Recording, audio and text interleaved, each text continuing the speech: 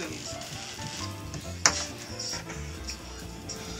You know it's 5:43. You're listening to 1290 WMCS, the talk of the town, and all they had to do was pull out a couch, and I've been going through some therapy, and you know, it's all of this, man. You know, this kind of dialogue is therapeutic, and I think everybody needs to, you know, sometimes because we're so protective of what's really inside of us, that we don't want to let those things out. So it's therapeutic for me to have a conversation with both of you guys. I'm really happy to hear.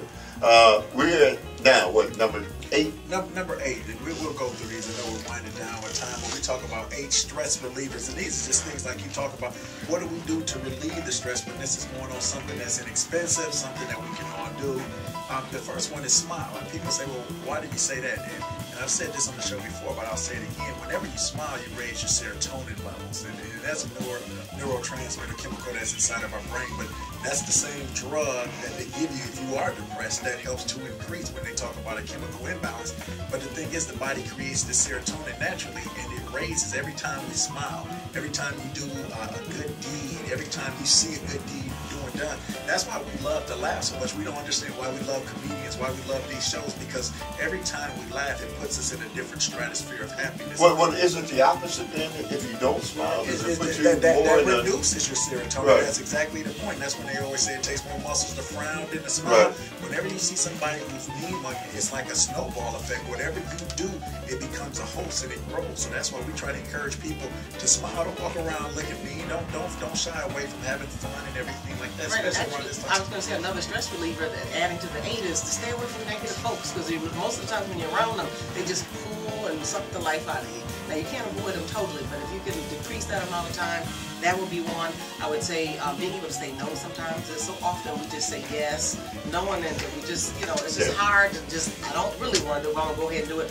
Go ahead and say no sometimes. Well, I let my wife handle it. She always she's the one. Hey, and if you can't do it, you find somebody that can. Hey, what about getting enough sleep? Because when we're exhausted, we just don't think, you know, talk about that rational brain. If you want to operate in that rational brain a little bit more often, you need to make sure you get enough sleep. And it's not, to me, where they say you got to get over 8 hours. You know your body, you know what you need to function appropriately. Do that.